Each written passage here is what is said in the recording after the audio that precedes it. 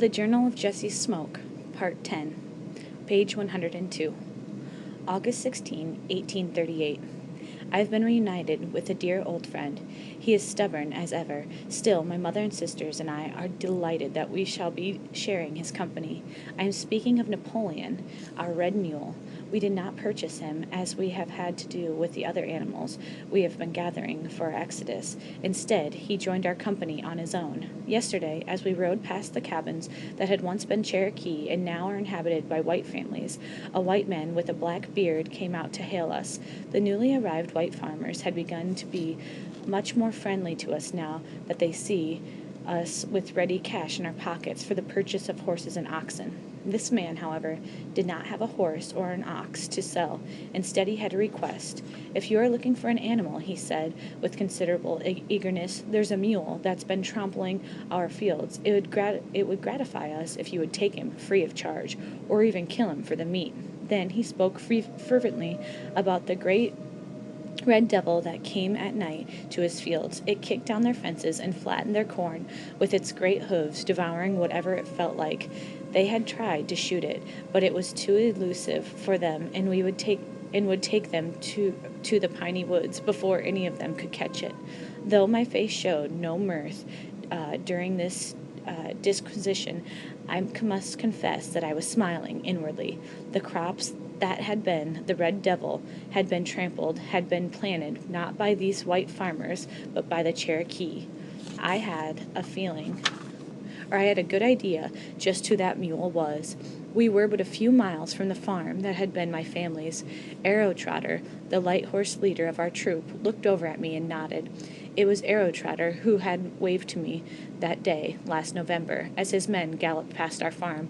He thanked the farmer and said that we would keep a lookout. As soon as we had rounded the bend, Arrow Trotter turned to me. "The mule is yours?" he said to me in Cherokee.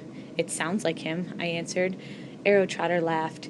"If only such creatures could have offspring," he said, then we might leave them here to share their blessings with the generations of the whites to come." "If only," I agreed. "Call him," Arrow Trotter said. So, as we rode, I called to Napoleon. I did not shout his name. Instead, I brought his memory to my mind.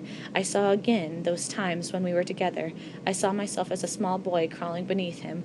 I put the pictures in my thoughts of him currying with him in the brush, taking him to the creek for water, and bringing him oats, scratching behind his ears with my right hand as I fed him a carrot. My eyes were closed as I rode, picturing those good memories. I did not know for how long. Time goes away when you remember in such a fashion. I heard the sound of hoofs coming up beside me.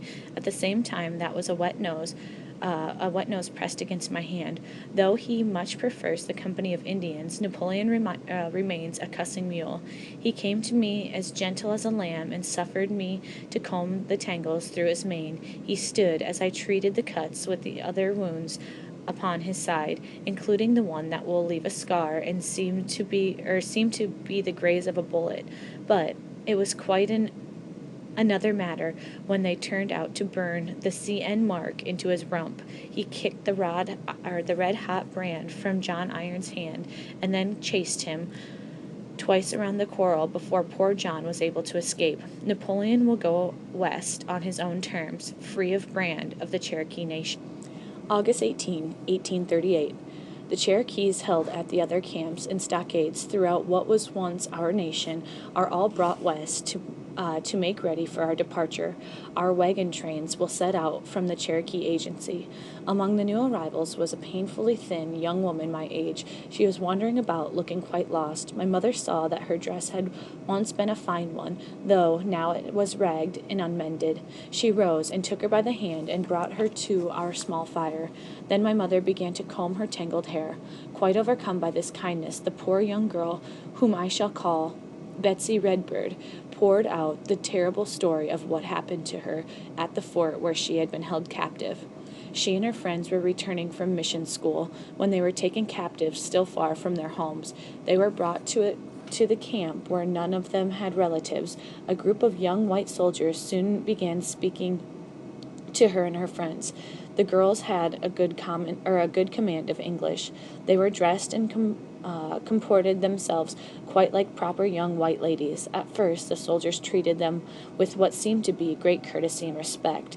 At their lonely post, far from other young women of their own race, those white soldiers seemed to view the Cherokee lasses much as they would their own sisters and sweethearts at home.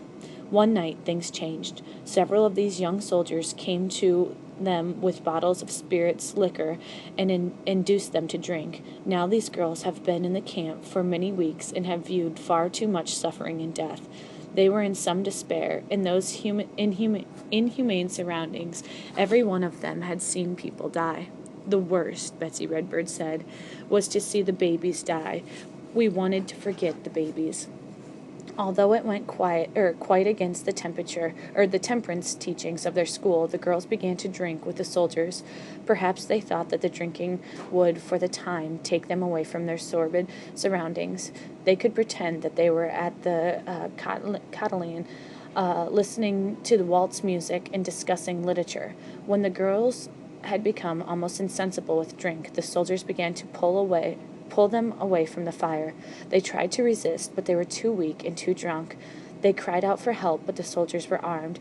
The Cherokee men who tried to come to their aid were driven back with curses and blows as the girls were dragged out of the camp into the darkness. I said nothing as Betsy told us her story. Her eyes were upon the fire as she spoke. My mother put her arms around the poor girl. My two sisters held her hands, and she wept and wept. A fierceness filled my heart, a great anger at all that had caused this to happen to our people. Had a gun been in my hand, an old hickory before me. At that moment, I think I would have discharged my weapon into his chest. Yet, as much as I felt hatred at that moment for the white people, whose greed led to our downfall, I felt even more towards the Cherokee who betrayed us. They had signed the fraudulent Treaty of New Echoa that had agreed to our removal. Those treacherous men and their families were already in Indian territory, having gone ahead of us. They had been treated with deference by the army. Now they were likely building comfortable new houses, having selected the best of the western lands for themselves. Then another thought came to me. What would happen when the rest of our nation arrived, including who now saw them as blood enemies? Though it was not a cold night, a shiver went down my spine. I lifted my head and saw that Betsy was now looking across the fire at me. I reached out my hand and placed it gently upon hers. "You are most welcome to stay with us," I said. August 28, 1838. Our chiefs have divided our people into immigration parties of about 1,000 each. As far as possible, the parties are made up of relatives, friends, and neighbors. Aside from one group, we will have no soldiers guarding us. That group is partly made up of the remaining Cherokees, who are pro-treaty and opposed to Chief Ross. They number less than 700 and will be given a military escort. These pro-treaty Cherokees have made themselves more evident in the last few weeks.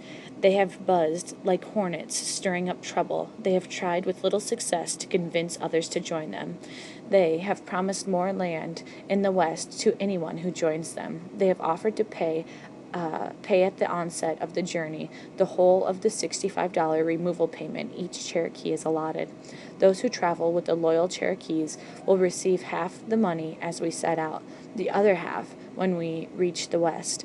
They have also said, which is a dirty lie, that Chief John Ross and his family will make a great profit from his contract with the government. All this has made the general mood even more grim. 8 deaths in the last 2 days. August 28, 1838. Although the deadline is set by Scott was September 1st, we hope to begin our sad trek before then. Despite the heat and lack of rain, the first immigration detachment has begun to move for departure. It is led by Herr Conrad, 729 people. John Ross will not depart until the last of our people are safely upon their way. September 1st, 1838. No rain. Detachment led by Elijah Hicks set out today. 43 wagons, 430 horses. With him is White Path, one of the most beloved of our old chiefs. White Path is most infirm. Many people still lack clothing, blankets, and etc. Some families do not even have a single cooking pot to prepare their food. 12 more died this week. September 3rd, 1838. Reverend Bushyhead's detachment left today, 950 people. September 4th, 1838. Many now ill with the measles. It is a terrible disease for Indians. Most whites survive it. Most often we do not. To our children it is frequently fatal, but those who contract this spotted sickness as adults nearly always die. By the strange twist of fate, our family has already experienced this plague. My mother had the measles when a small girl. It swept through our family, killing her relatives. She alone recovered. As for me, I caught it while at boarding school, not knowing I had it. I came home.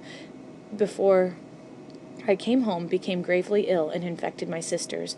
My mother nursed us back to health. Knowing how badly this plague was to the Cherokee, my mother warned off our sympathetic neighbors by tying red and white cloths to sticks and fastening them to each corner of our fence. Still, we were given help. Many people left food by our fence, but never came within sight of any of us until we had recovered.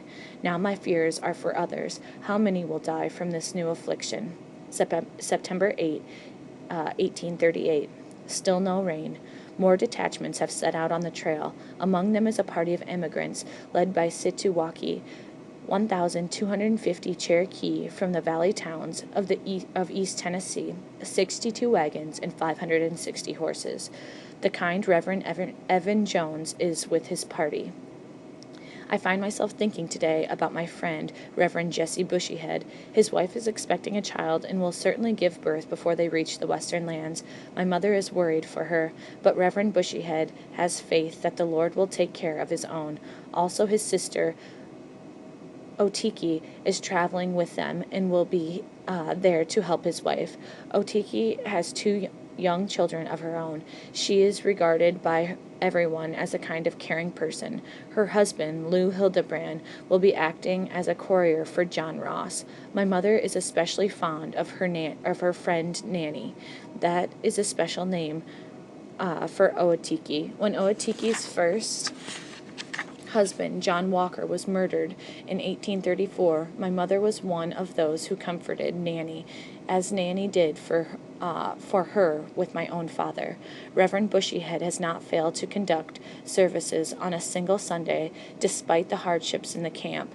Even when he and Reverend Evan Jones made their journey east this summer at Scott's request to try to convince the Cherokee in the mountains of North Carolina to come in, he managed to keep the Sabbath.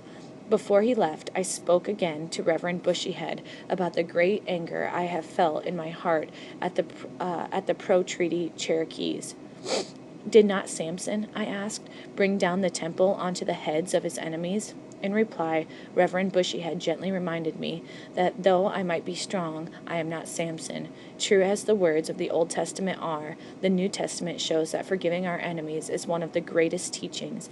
It makes our heart lighter to do so. If we do not forgive each other, our hatred will only grow until we are all destroyed. I hope I can find the strength to forgive. My heart is so heavy now that all millstone could not weigh more in my breast. As I walk away from our conversation, I remembered something. His sister's Okotiki's first husband, John Walker, was not killed by a white man. John Walker was one of the Cherokee who opposed John Ross and went to Washington to speak in favor of the treaty. He was murdered by another Cherokee.